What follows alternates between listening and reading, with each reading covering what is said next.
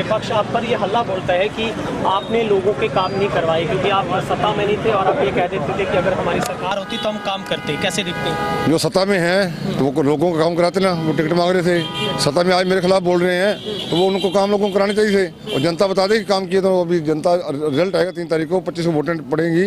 मैं तो किसी के खिलाफ कभी बोलता नहीं, मैं तो मेरा अपना काम बताता हूँ ना, मैं किसी भाषण में कोई गंदगी बकता हूँ। मैं तो सिर्फ अपनी बात रखता हूँ और अपनी पार्टी की बात रखता हूँ।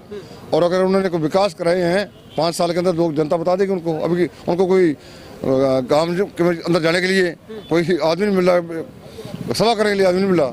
आज एक गांव में सभा नहीं की आज तक उन्होंने। जब आप जीत की तरफ होता है तो ये आदमी पसीना बहाता है। और हमारी जो कंपेनिंग है, जो हमारी भारतीय जनता पार्टी की टीम है, एक बड़ी मजबूत टीम है। हर गाँव में, हर ढाणी में, हर वार्ड के अंदर पूरा ताकत लगा रखी है उन्होंने और दिन रात एक कर रखे है।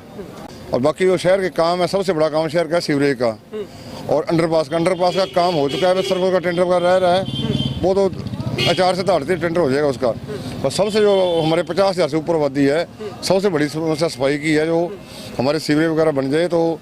विधायक साहब, एक बहुत महत्वपूर्ण सवाल है। इस चुनाव में सबसे बड़ा मुद्दा और जिसको विपक्ष खूब गिना रहा है वो है यहाँ पर नशे का मुद्दा। और सीधे तौर पर वो आपको जिम्मेवार ठहराते हैं कि जनप्रतिनिधि ने अच्छे से पैरवी नहीं की, इसलिए इस शिक्षा की नगरी को चिट्टे की नगरी बना दिया। आप कितना इत्तेफाक रखते हैं इस मुद्दे के साथ कि यहाँ पर करियाना से ज़्यादा नशे की दुकानें हैं? ये मैंने नहीं बनाया, मेरे से पूर्व पहले 15-20 साल से चल रहा है।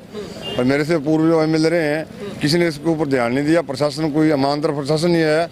अकेला MLA कुछ नहीं कर सकता। प्रशासन भी ईमानदार आना चाहिए, पुलिस के ऑफिसर है वो भी ईमानदार आना चाहिए। और जनता का जब साथ होगा तभी नशे का खात्मा हो सकता है। ना अकेला MLA कर सकता है, ना अकेला पुलिस कर सकती है, ना अकेला जनता कर सकती है। तीनों इकट्ठे मिलेंगे तभी आगे इसका समस्या का हल हो सकता है। सिर्फ मेरे 2 सवाल हैं सर। विधायक साहब, क्या लगता है बीजेपी में इस बार और भी बहुत सारे चेहरे थे जो टिकट मांग रहे थे, लेकिन आप पर भरोसा आला हाईकमान ने ज़्यादा जताया, लेकिन उन लोगों ने बागी होकर चुनाव लड़ने का ऐलान किया। कुछ आपको लगता है किस तरीके का डेंट बीजेपी के ऊपर आएगा क्योंकि वो चुनाव लड़ रहे हैं? ऐसा चुनाव लड़ना सबका अधिकार है, टिकट मांगना सबका अधिकार है, किसी को हटाया नहीं जा सकता। जो हमारा भारतीय जनता पार्टी कार्य करता है वो भारतीय जनता पार्टी दूर नहीं जाएगा, भारतीय जनता पार्टी साथ रहेगा वो।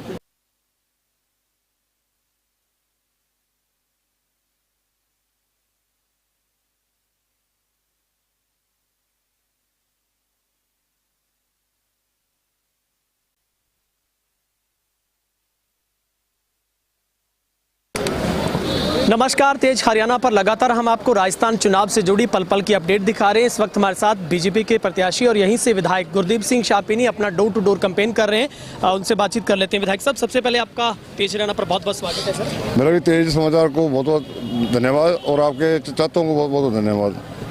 शाहपिनी साहब, किस तरीके का रिस्पॉन्स आपको आवाम में नज़र आ रहा है? कैसा रुझान आपको दिख रहा है जब आप इतना पसीना बहा रहे हैं, डोर टू डोर लोगों के पास जा रहे हैं? जब आप जीत की तरफ होता है तो ये आदमी पसीना बहाता है। और हमारी जो कंपेनिंग है, जो हमारी भारतीय जनता पार्टी की टीम है, एक बड़ी मजबूत टीम है। हर गांव में, हर ढाणी में, हर वार्ड के अंदर पूरा ताकत लगा रखी है उन्होंने और दिन रात एक कर रखे है। विधायक साहब, क्या लगता है इस बार सबसे बड़ा क्या मुद्दा आपके चुनाव का है? क्योंकि 5 साल पहले भी जनता ने आपको बहुत बड़ा मौका दिया, आपने खूब सेवा की। इस बार सबसे बड़ा एजेंडा आपके चुनाव? हमारे मुद्दा ये, हमारे यहाँ जो क्षेत्र है कृषि जुड़ा हुआ है। कृषि के अंदर जो हमारा किसान मजबूत होगा तभी हमारा व्यापारी मजबूत होगा, तभी हमारा मजदूर मजबूत होगा।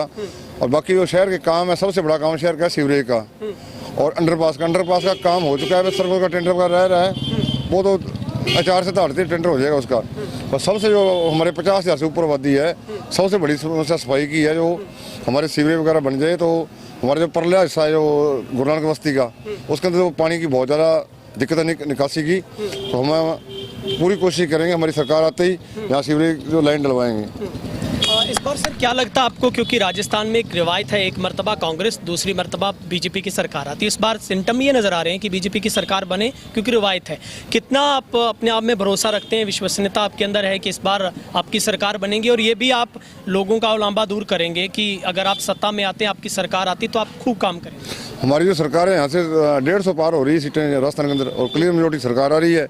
यहाँ से ये सीट भी हम भारतीय जनता पार्टी की झोली में डालेंगे। सभी कार्यकर्ता अपने सभी गुरदीप सिंह साहब उनके लगे हुए हैं और मेरे को तो यहाँ बुलाते भी, यहाँ चलना है, यहाँ चलना है, प्रोग्राम बनाए होते हैं कि पूरी टीम सुबह 4 बजे से निकलती है, रात के 11 बजे तक यही काम करती है। विधायक साहब, ऐसा कौन सा सबसे बड़ा ड्रीम प्रोजेक्ट आपका सपना आप पूरा नहीं कर पाए, जिसके लिए आप हमेशा कहते रहे कि अगर आपकी सरकार आती तो शायद बात और होती, लेकिन फिर भी इस बार का सबसे बड़ा क्या ऐसा सपना है जो विधायक बनकर क्षेत्र में तो आपको मैंने समस्या बता दी।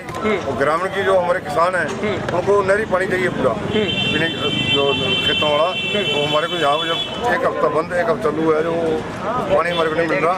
हमारी एक प्रयास कर रहे हैं हमारे नक्का 496 आरडी का, अगर वो नक्का नीचा हो जाता तो हमारे भाखड़ा क्षेत्र को पूरा पानी मिलने लग जाए। और आई भी हम जो हमारे सीधे मौके हैं जहाँ हमें पानी मिलता है उसके तो पूरी कोशिश करेंगे जब पानी ज़्यादा। कांग्रेस खास करके कांग्रेस प्रत्याशी और विपक्ष आप पर ये हल्ला बोलता है कि आपने लोगों के काम नहीं करवाए क्योंकि आप सत्ता में नहीं थे और आप ये कह देते थे कि अगर हमारी सरकार होती तो हम काम करते। कैसे दिखते हैं? जो सत्ता में है तो वो लोगों का काम कराते ना, वो टिकट मांग रहे थे। सत्ता में आज मेरे खिलाफ बोल रहे हैं तो वो उनको काम लोगों को कराने चाहिए थे। और जनता बता दे कि काम किए तो अभी जनता रिजल्ट आएगा 3 तारीख को, 25 वोटें पड़ेंगी।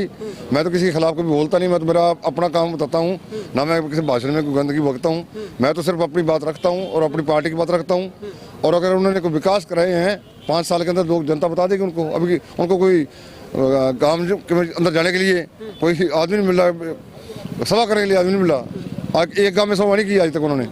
विधायक साहब एक बहुत महत्वपूर्ण सवाल है। इस चुनाव में सबसे बड़ा मुद्दा और जिसको विपक्ष खूब गिना रहा है वो है यहाँ पर नशे का मुद्दा। और सीधे तौर पर वो आपको जिम्मेवार ठहराती है कि जनप्रतिनिधि ने अच्छे से पैरवी नहीं की, इसलिए इस शिक्षा की नगरी को चिट्टे की नगरी बना दिया। आप कितना इत्तेफाक रखते हैं इस मुद्दे के साथ कि यहाँ पर करियाना से ज़्यादा नशे की दुकानें हैं? ये मैंने नहीं बनाया, मेरे से पूर्व पहले 15-20 साल से चल रहा है।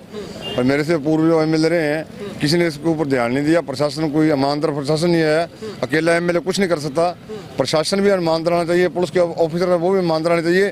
और जनता का जब साथ होगा तभी नशे का खात्मा हो सकता है। ना अकेला MLA कर सकता है, ना अकेला पुलिस कर सकती है, ना अकेला जनता कर सकती है। तीनों इकट्ठे मिलेंगे तभी आगे इसका समस्या का हल हो सकता है। सिर्फ मेरे 2 सवाल हैं सर। विधायक साहब क्या लगता है बीजेपी में इस बार और भी बहुत सारे चेहरे थे जो टिकट मांग रहे थे, लेकिन आप पर भरोसा आला हाईकमान ने ज़्यादा जताया, लेकिन उन लोगों ने बागी होकर चुनाव लड़ने का ऐलान किया। कुछ आपको लगता है किस तरीके का डेंट बीजेपी के ऊपर आएगा क्योंकि वो चुनाव लड़ रहे हैं?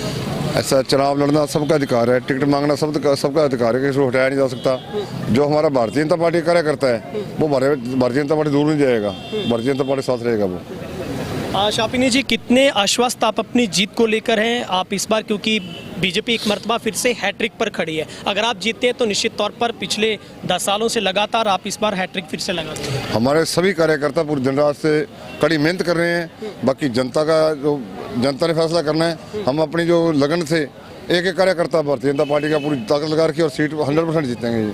आप दौड़ते बहुत हैं सर, थकते तो नहीं हैं? उसकी कृपा है। तो हमारे साथ यहाँ से जो सिटिंग विधायक गुरदीप सिंह शापिनी हमारे से बातचीत कर रहे थे और वो बीजेपी ने इस बार उनको फिर से दोबारा अपना प्रत्याशी चुना है और वो बहुत उत्साहित और संतुष्ट नजर आ रहे हैं। उन्होंने बेबाक तरीके से हर सवाल का जवाब देने की कोशिश की है, लेकिन आखिरी मोहर संगरिया विधानसभा की आवाम यहाँ पर लगाएगी और EVM के अंदर तमाम कैंडिडेट की किस्मत कैद होगी। जब 4 को नतीजे आएंगे तब पता चलेगा क्या यहाँ पर बीजेपी हैट्रिक दोहराएगी, लगा पाएगी या फिर यहाँ की आवाम कुछ और पसंद करती। बहुत बहुत शुक्रिया, इस वीडियो को आप शेयर कीजिएगा।